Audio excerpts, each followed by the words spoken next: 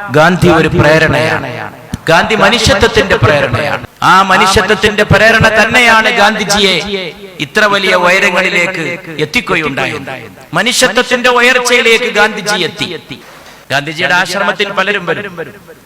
ഓരോരുത്തർക്ക് ഗാന്ധിജി ഓരോ ജോലി കൊടുക്കും. ഒരു പെൺകുട്ടിക്ക് ഗാന്ധിജി ഏൽപ്പിച്ചു കൊടുത്ത പണി അവളൊരു കുഷ്ഠരോഗിയുടെ മലമെടുക്കണമെന്നതായിരുന്നു.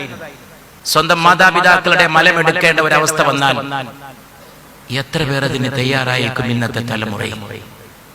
ഈ പെൺകുട്ടിക്ക് ഗാന്ധിജി ഏൽപ്പിച്ചു കൊടുത്ത പണി അവൾ കുറച്ചു ദിവസം ചെയ്തു. കുറച്ചു ദിവസം കഴിഞ്ഞപ്പോ അവൾക്ക് മനം മടുത്തു. അവൾക്ക് സഹിക്കാൻ കഴിഞ്ഞില്ല.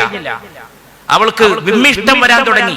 അവൾ ഗാന്ധിജിയുടെ ഒരു സുഹൃത്തിനെ കണ്ടിട്ട് ആക്ഷേപം ബോധിപ്പിച്ചു. ബാപ്പുവിനോട് പറയണം, ബാപ്പു ഏൽപ്പിക്കുന്ന ഏത് പണി ഞാൻ ചെയ്തോളാം. ഈ കുഷ്ഠരോഗിയുടെ അടുക്ക് പോകുന്നതിന്റെ പ്രയാസം, പിന്നെ കുഷ്ഠരോഗിയുടെ മലവും കൂടി എടുക്കണം. ഒരു ഉന്നത കുടുംബത്തിൽ നിന്ന് വന്ന പെൺകുട്ടിയാണ്. ആരെവിടുന്ന് വരുന്നു എന്ന് ഗാന്ധിജി നോക്കുന്നില്ല. എല്ലാവർക്കും ആശ്രമത്തിൽ ഒരു ജോലി നൽകുന്നു. ഗാന്ധിജിയുടെ മുമ്പിൽ ഈ ആവലാതി വന്നു, ഈ പെൺകുട്ടിക്ക് കുഷ്ഠരോഗിയുടെ മലമെടുക്കുന്ന പണിയിൽ നിന്നൊരു മുക്തി വേണം. ഗാന്ധിജി ആരുടെയും ഹിതത്തിനെതിരെ ഒന്നും ചെയ്യില്ല. ഗാന്ധിജി വളരെ പെട്ടെന്ന് അവളെ ആ ജോലിയിൽ നിന്ന് ഒഴിവാക്കി കൊടുത്തു. പക്ഷെ അവൾക്കൊരു കൗതുകം തോന്നി. ഞാൻ ചെയ്തിരുന്ന ആ ഭാഗ്യം കെട്ട പണി ഇനി ആരെയാണ് ബാപ്പു ഏൽപ്പിച്ചത്? ആരായിരിക്കും അത്? ഞാൻ ചെയ്തുകൊണ്ടിരുന്ന ആ പണി ചെയ്യുന്ന ആളെ കാണാൻ വേണ്ടിയിട്ട് അവൾ പിറ്റേന്ന് കാലത്ത് പോയിട്ട് ചുമരിന്റെ മറവിൽ പതുങ്ങി നിന്നു. കുഷ്ഠരോഗിയുടെ മുറിയിലെത്തി രാവിലെ മലമെടുക്കുന്ന ആളെ കാണണം.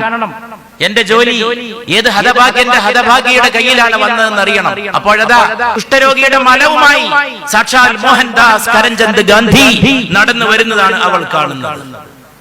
പുഞ്ചിരി തൂകിക്കൊണ്ട് ഗാന്ധിജി ഒരു പാത്രത്തിൽ കുഷ്ഠരോഗിയുടെ മലവുമായിട്ട് പുറത്തേക്ക് പോകും.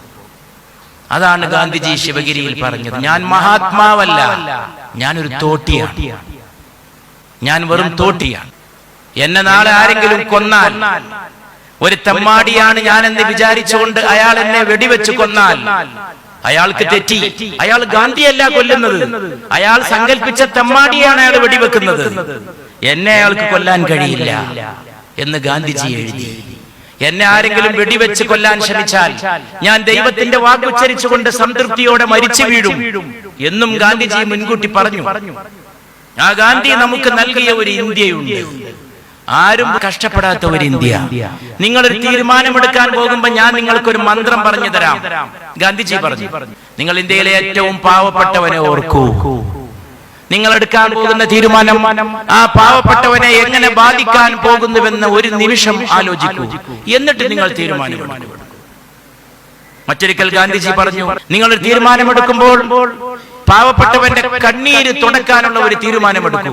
മറ്റൊരിക്കൽ ഗാന്ധിജി പറഞ്ഞു, വരിയിൽ നിൽക്കുന്ന ഒടുക്കത്തെ ആളെ പറ്റി ആലോചിക്കൂ, the last man in the queue, എന്നിട്ട് തീരുമാനമെടുക്കൂ എന്ന് ഗാന്ധിജി പറഞ്ഞു.